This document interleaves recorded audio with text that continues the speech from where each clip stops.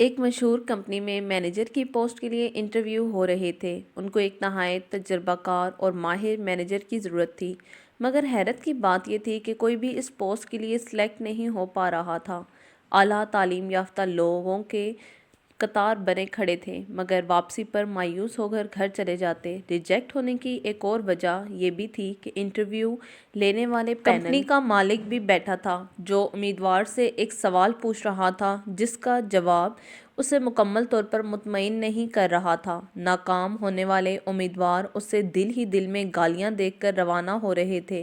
Company کے مالک کا سوال، اچھے مینیجر کی کیا خوبی ہوتی ہے؟ کوئی جواب میں کہتا کہ ایک اچھے مینیجر کو وقت کا پابند ہونا چاہیے، تو کوئی امیدوار کہتا کہ مینیجر کو پروفیشنل ہونا چاہیے، تو کوئی کہتا کہ مینیجر کو کمپنی کا وفادار ہونا چاہیے، کوئی کہتا کہ اس کا ایماندار ہونا بہت ضروری ہے۔ مگر ان تمام جوابات پر پینل خاموش ہو جاتا اور وہی کہتا کہ آپ جا سکتے ہیں، آپ سے مل کر بہت خوشی ہوئی۔ صبح 9 بجے سے انٹرویو جاری تھا اور تقریباً 4 بجے ایک امیدوار آفس میں داخل ہوا۔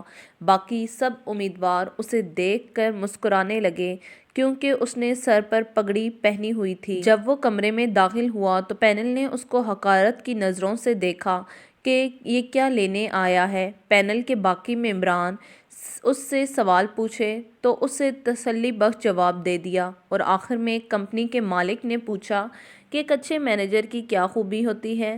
امیدوار نے جواب میں کہہ دیا کہ سر، ایک اچھے مینیجر کی سب سے بڑی خوبی یہ ہوتی ہے کہ وہ اس کو اس کے مالک سے بھی زیادہ جانتا ہے، کیونکہ مالک تو برائے نام ہی ہوتا ہے۔ اس کا یہ جواب سن کر کمپنی کے مالک کو غصہ آ گیا۔ اس نے امیدوار کو شرٹ سے پکڑا اور مائنڈ یور لینگویج جیسے القاب سے نوازا۔ مالک ہی ہوتا ہے، اور تم کہہ رہے ہو کہ مینیجر کمپنی کو مالک سے زیادہ جانتا ہے؟ کیا تمہاری طبیعت تو ٹھیک ہے؟ اپنے اس جواب کو دلائل سے ثابت کرو۔ امیدوار نے مسکراتے ہوئے جواب دیا کہ سر، میں نے اپنے گھر کے ماحول سے ہی سیکھا ہے اور اس نتیجے پر پہنچا ہوں کہ مینیجر کمپنی کو مالک سے زیادہ جانتا ہے۔ ہمارے والد ہمارے گھر کے سربراہ ہیں، یعنی مالک ہیں۔ کوئی اس کی اجازت کے بغیر کوئی کام نہیں کر سکتا۔ پورے گھر کی کفالت کی ذمہ داری میرے والد صاحب کی ہے۔ مگر گھر کو چلانا کس مینیجر کی ذمہ داری تھی؟ کس کے کپڑے کہاں ٹانگے ہیں، کہاں پڑے ہیں، کس کی کتابیں کہاں دھری ہیں، کس بچے کے کھلونے کہاں ہیں؟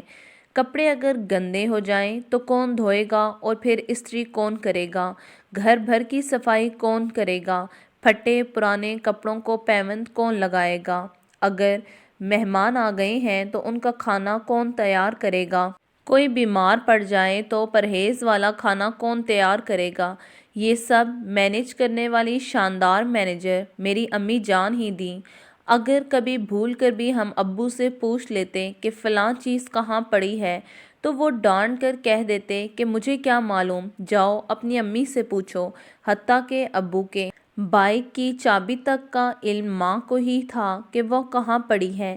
ہم اکثر اپنے والد صاحب کو چھیڑتے تھے کہ آپ تو بس نام کے ہی مالک ہیں، گھر کا سارا نظام تو امی چلا رہی ہیں۔ بس سر، اسی لیے میرے نزدیک ایک مینیجر کی سب سے بڑی خوبی یہی ہے کہ وہ مالک سے زیادہ کمپنی سے واقف ہوتا ہے۔ کمپنی کے مالک نے نوجوان کا جواب سنا اور قابل تحسین نگاہوں سے اس کی طرف دیکھنے لگا۔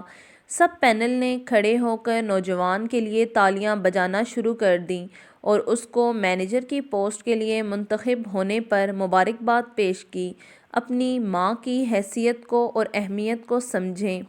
ماں ہی وہ واحد مینیجر ہے جو بغیر تنخواہ کسی معاوضے کے 24 میں سے 20 گھنٹے کام کرتی ہے اور گھر کو سنبھالتی ہے، کبھی ماں کی شکل میں تو کبھی بیوی کی شکل میں تو کبھی ایک بیٹی کی صورت میں۔